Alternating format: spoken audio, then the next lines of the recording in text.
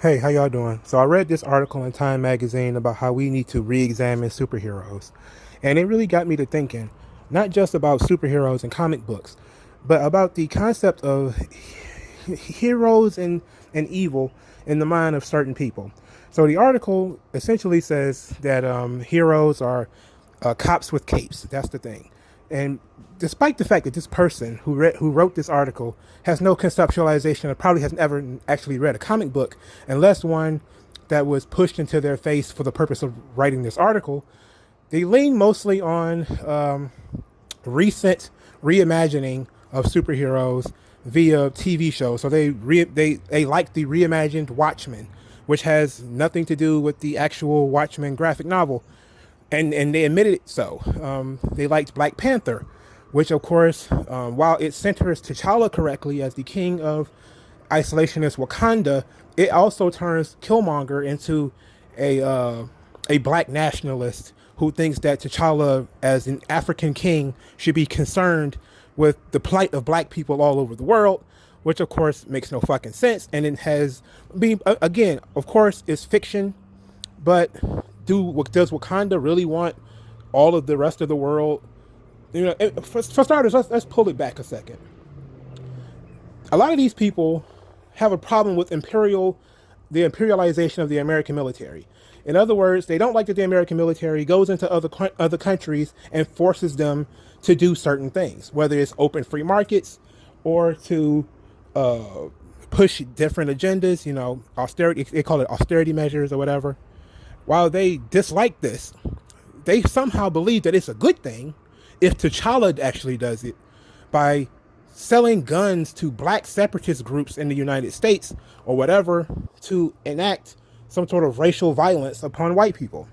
It's a really weird thing. I've actually never seen the Black Panther movie for this very reason, because I knew that when it was coming out, it was going to be a reimagining of the Black Panther franchise and in no way connected to the comic books, even though it was more connected than I thought it would be. So let's discuss, for instance, the simple concept. First, to continue along this line. This article was written by somebody again who had never read a comic book, because they think that the Avengers work for Shield, which they don't. They believe that Batman works for the Gotham City Police Department, which of course he doesn't. It also believes that these are creations of sort of the movies, where there's a somewhat of a relationship between Batman and Commissioner Gordon, where Commissioner Gordon can't stop Batman from doing anything. That's the entire point of Batman. He does not exist as an arm of the police, but he does respect the authorities of the police. And while in most stories Batman is actually at odds with the police, it doesn't make sense to this writer, because this writer has never read a comic book. Similarly, Shield is its own agency. It's a spy agency, much like the CIA or the FBI. It is not an aid of the Avengers. The Avengers operate completely separate from Shield. The Avengers are a group of superheroes who usually stop planetary threats and all these sorts of things. Nothing to do with Shield, which usually does espionage. Even if some of them have superpowers, they engage in war and different things like that. Completely different subjects. Now, Shield and the Avengers are kind of tied in the movies, but the Avengers have never worked for Shield. It's absolutely stupid for them to think that, but of course you would actually have read a comic book to know this. So we understand that this person has never read a comic book before. So what are they arguing about? Well, their argument breaks down to two things. One, superheroes are usually straight white men. Two, the writers and creators of superheroes are usually straight white men. Three, the writers and creators of these superheroes, being straight white men, created a society in which justice is enacted in a way that straight white men wanted it to be. So in other words, the quote unquote broken system of justice. And since that we are now criticizing police and their behavior, it's now time to criticize superheroes and their behavior. The only superhero which they completely criticize, even in any way correctly, is the Punisher, who is a vigilante superhero and a mass murderer, who, if this person had actually read a comic book, would know is the absolute bane of the superheroes in Marvel Comics. Every single superhero in Marvel Comics without a question, except Wolverine, who is similar to Frank Castle in this way that he's a killing machine, hates Frank Castle. Okay, just about every superhero. Captain America is actually the Punisher's not a mentor, but sort of a role model for him. And Captain America is disgusted by the Punisher. Okay, the Punisher is depicted almost completely as a mentally ill man running the streets, shooting people, seemingly, but not indiscriminately. Okay, he's not indiscriminately shooting people. He is shooting criminals, usually mobsters, thugs, gangbangers, etc., enacting the justice that the other superheroes would not enact. Now, a perfect depiction of this, let me go to the movies real quick, is the TV show, the Netflix TV show Daredevil, which depicts Frank Castle when he's sitting on the rooftop. This is my favorite scene in the entire show, and he calls Daredevil a half measure. Basically, you arrest them, they go to jail, they get out, they come back and do it again. Right? I'm the Punisher. I finish it. I do what you're not willing to do. That is the story of the Punisher in a nutshell. The Punisher is the guy who goes beyond because he does what nobody else was doing. How does this person, who again has never read a comic book, doesn't understand this basic premise? Is because they never read a Punisher comic book. Not only that, but they actually never read a comic book period where the Punisher appears. Okay? The Punisher has been arrested by various different superheroes. Daredevil usually is the one taking him down. He's also been arrested by Luke Cage. He's also been arrested by Captain America. He's been arrested several times by several different superheroes. And much like the villains that he hates so much, Frank Castle always finds a way to escape. Usually, he just finds a way to escape going to prison. You know, there are many stories of the Punisher actually just continuing his work in prison. That once he's in prison, he just decides to start killing people while he's in there, which is also in the Netflix series where the Punisher goes on a stabbing spree throughout the hallway, and it's actually very, very good. And the Daredevil depiction of Punisher is actually pretty good. So what do I mean when I say that these individuals, like this writer, has no conceptualization of what heroism is and what evil is?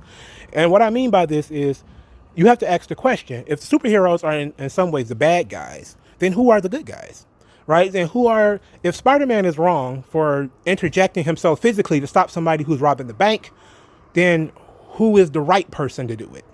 If you're not going to stop the killer clown who's gassing people by the Batman doing it, who's actually going to do it? Now, you have to understand that this person also dislikes the police. In other words, they're not saying that the superheroes are bad because they operate outside of the law. That would be true. And that's actually something that comes up again and again and again in superheroes, despite the fact that most superheroes are they operate outside of the law, but most civilians and the police officers and the media do not like superheroes, even whether they be in Marvel or DC, because superheroes have no oversight, no governor, which is what the person talking in this article is talking about. That's actually true, right? There is no oversight on Batman. Now, we don't get an answer to this in terms of who is supposed to be the hero or what a hero looks like in their formulation. We just get racial narratives. We don't like straight white men. We don't like straight white male creators. And we don't want to use a traditional justice system that it's moral relativism, right? Terrorism is fine as long as you are of a certain group. Then you could be a terrorist. You can sell guns to people you're going to use them illegally or use them to hurt people. It's fine as long as you don't like the people that they're going to hurt. In other words, this person is indeed the villain, right? This person is the individual who says, hey, it's not none of my business what I'm going to do with these guns. I'm going to give these guns to these people who say that they're an oppressed minority. Whether these oppressed minorities can get guns legally or not, it's irrelevant. I think it's a good idea. I'm going to do it. And then if these people go out and massacre somebody, then, oh, well, that's just too bad. They are an oppressed minority. That's what they told me. I believe them. Or it could be that there is no problem with superheroes and they actually accept the usual formulation of rights and justice, but they just don't want white people doing it. So that means if Superman had kinkier hair, Superman would be fine. If the Punisher were darker skinned with bigger lips, then everything would be fine. If he spoke Spanish, would they complain? So then at that point, we have to ask that question. What is wrong with these people? And we already know what's wrong with these people. What's wrong with them is they have a broken system of right and wrong within their heads because they have accepted moral relativism. Now, I'm not saying that moral relativism is absolutely wrong. Some people will. I think that ultimately the state cannot prove things that are right and wrong. I'm against that. But when you look at a superhero, they're not dealing in what the state says illegal. Batman is not arresting, is not fighting jaywalkers. Okay? He beats up people who rob banks, who commit mass murder, and, you know, child predators. Victor Zsasz is a serial killer. What about that is wrong? Okay? What about Batman beating up the Penguin is wrong? The Penguin is a gangster. Okay? Is the gangster supposed to be the good guy? Okay, what about what Spider-Man does is in some way wrong? Now, part of the thing that they say, oh, Spider-Man is a friend of the NYPD. He wants to be a cop or something like that, which is, you know, I don't think that's something that's ever really been looked into the in the comic books. But superheroes often, you know, they don't like or respect the police because the police, like them, actually put their lives in danger in order to stop murderers, rapists, criminals, etc. Unlike the writer, who has probably never done anything in her life, actually has no conception of how dangerous it is to put your own life on the line to protect other people who then don't appreciate it. That is the point of what a superhero does. And a superhero just means that a person who has, you know, superior abilities to you and me. You know, sometimes they'll say that Hawkeye is a superhero. You know, Hawkeye has, you know, tricks, but that's about it. You know, he has like an arrow with like a punching, like a fist on it and stuff like that. So I guess that's technically super. So, but in any event, it's not like superheroes and the police are buddy-buddy. There's actually more philosophy to it if this person actually read comic books. For instance, some police officers, while they support a character like the Punisher or Spider-Man because they make the job easier, or in the Punisher situation, the Punisher can do things that the police can't do. This is why they look up to him. You know, some police officers look up to him because the Punisher could kill people and he gets away with it. Not necessarily that he gets away with it, but he just does it. He has the balls to do it, and most police officers don't have the balls to do it. But you also have, and this is far more likely, to have police officers who actually look down on the superheroes because they don't follow the law and because they actually make their job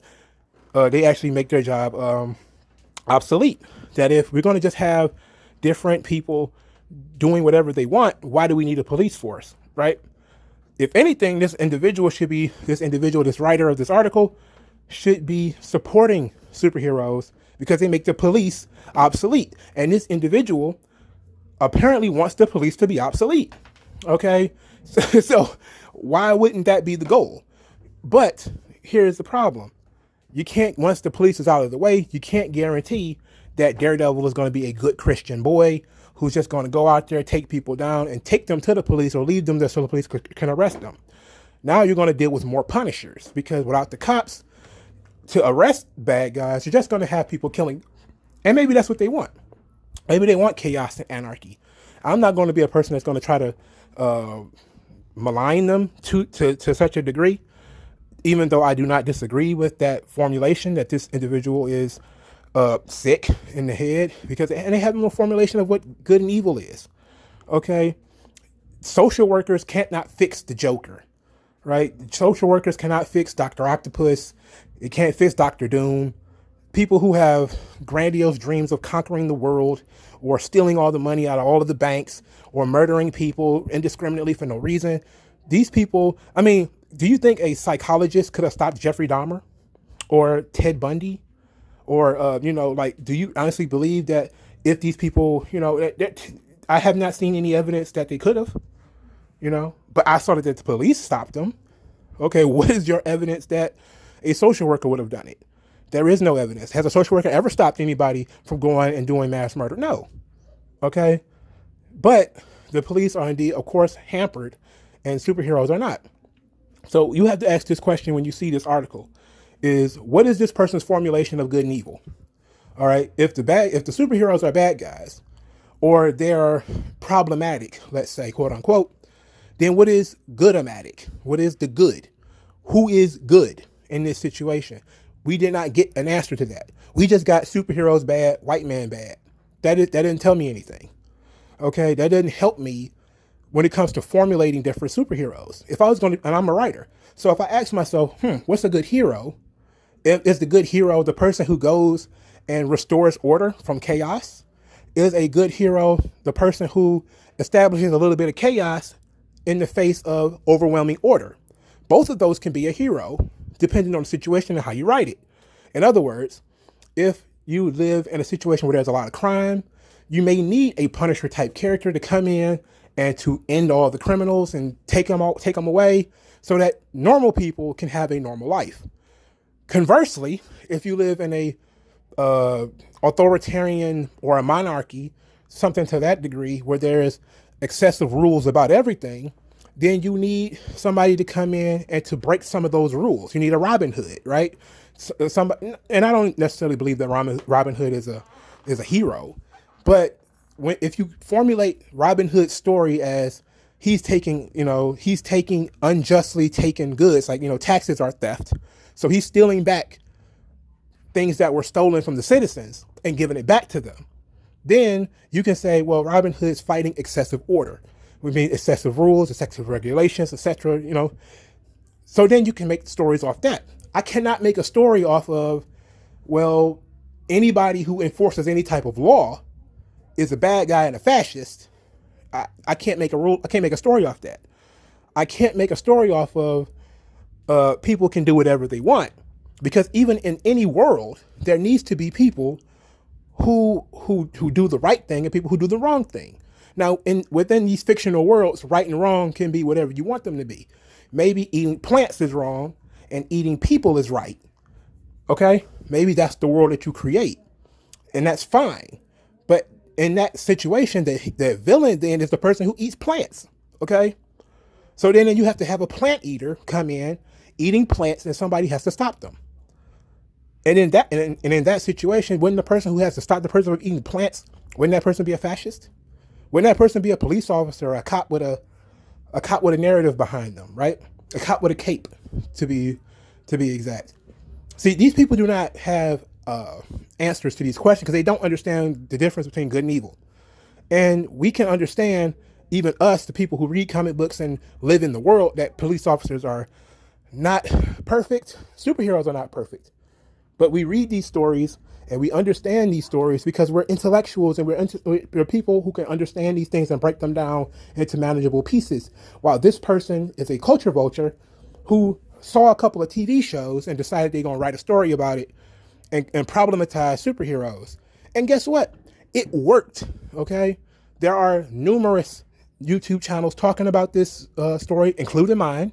And I'm not even a comic book YouTuber.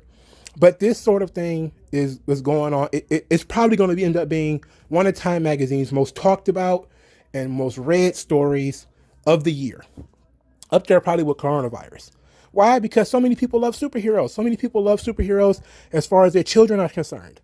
Now, the only thing that is any remotely a response to what do we do is to turn over intellectual property rights, which I know some ANCAPs, they don't like intellectual property rights because intellectual property is protected by the government, even though intellectual property is the fruit of your intellectual energy, whatever. But ultimately, the only thing that this person says is turn these creations over to people of color, and they will create their own sense of justice over, like they did with Black Panther, like they did with Watchmen.